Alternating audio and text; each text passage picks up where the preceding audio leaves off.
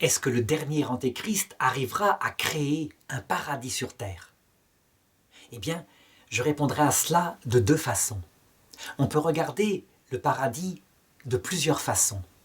Du point de vue du diable, et c'est un paradis de pleine possession de ses moyens physiques, psychologiques, et même de son intelligence et de sa volonté par ses actes libres. On peut dire que sous ce rapport-là, en proposant à l'homme l'exaltation de sa propre intelligence, dans un monde où la science aura rendu une santé parfaite à son corps, où la psychologie sera mieux connue, et donc les enfants mieux préparés à la vie terrestre, on peut dire que sous ce rapport-là, le monde de l'Antéchrist est un monde de paix et de sécurité.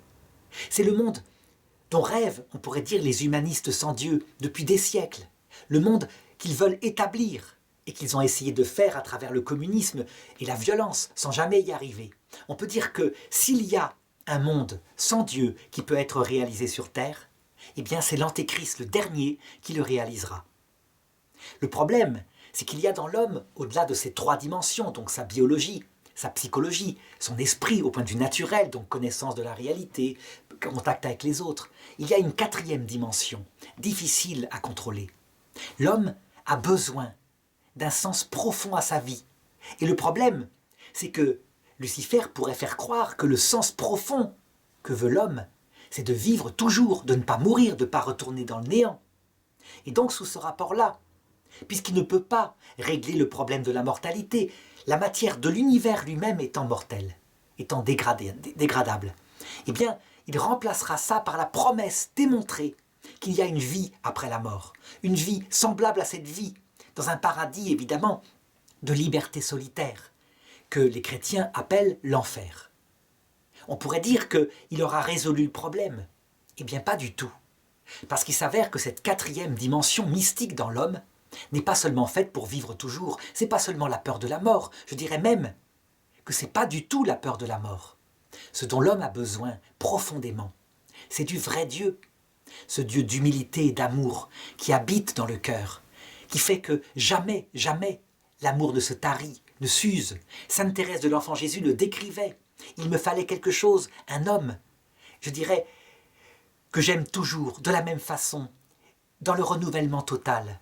Un homme qui comble mon intelligence et mon cœur. Et je n'ai trouvé que le Christ. Résultat, ce paradis, entre guillemets, que créera l'Antéchrist à la fin du monde, et qu'il proposera au monde entier, eh bien, ce paradis sera aussi l'enfer. Ça veut dire qu'en fait, du point de vue de la fine pointe de l'esprit humain fait pour le vrai Dieu, sortira un feu. Un feu parce que ce cœur humain sera vide, lui qui est fait pour le vrai Dieu. Et ce feu, cette angoisse, profondément corrompra le reste, au point que les gens, pourtant comblés matériellement, dans une sécurité totale, auront envie de mourir et n'en voudront pas. Au bout d'un certain temps, lorsqu'on leur proposera cette même vie dans l'éternité, dans un monde un petit peu plus beau, où on peut passer à travers les murs, où on peut voler, où je dirais le corps n'est plus un corps fragile, eh bien, ils le vomiront ce monde, ils n'en voudront pas, parce que leur cœur sera vide. Et ils ne sauront pas pourquoi. Qu'est-ce qui leur manque? Saint Augustin l'avait dit dans ses confessions. Mon cœur était sans repos, tant qu'il ne se reposait pas en toi, vrai Dieu. Et il parlait à Jésus-Christ. J'étais riche de tous les biens, toutes les richesses, la culture, il était patricien. Et mon cœur était vide, et rien n'avait de sens. Eh bien, c'est ça qu'expérimenteront comme paradis, entre guillemets, nos enfants, nos petits-enfants, nos arrière-petits-enfants, s'ils vivent à l'époque du dernier Antéchrist.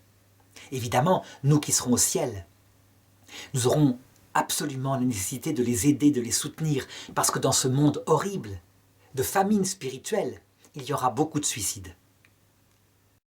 En effet, l'Europe occidentale l'a manifesté, comblée de tous les biens.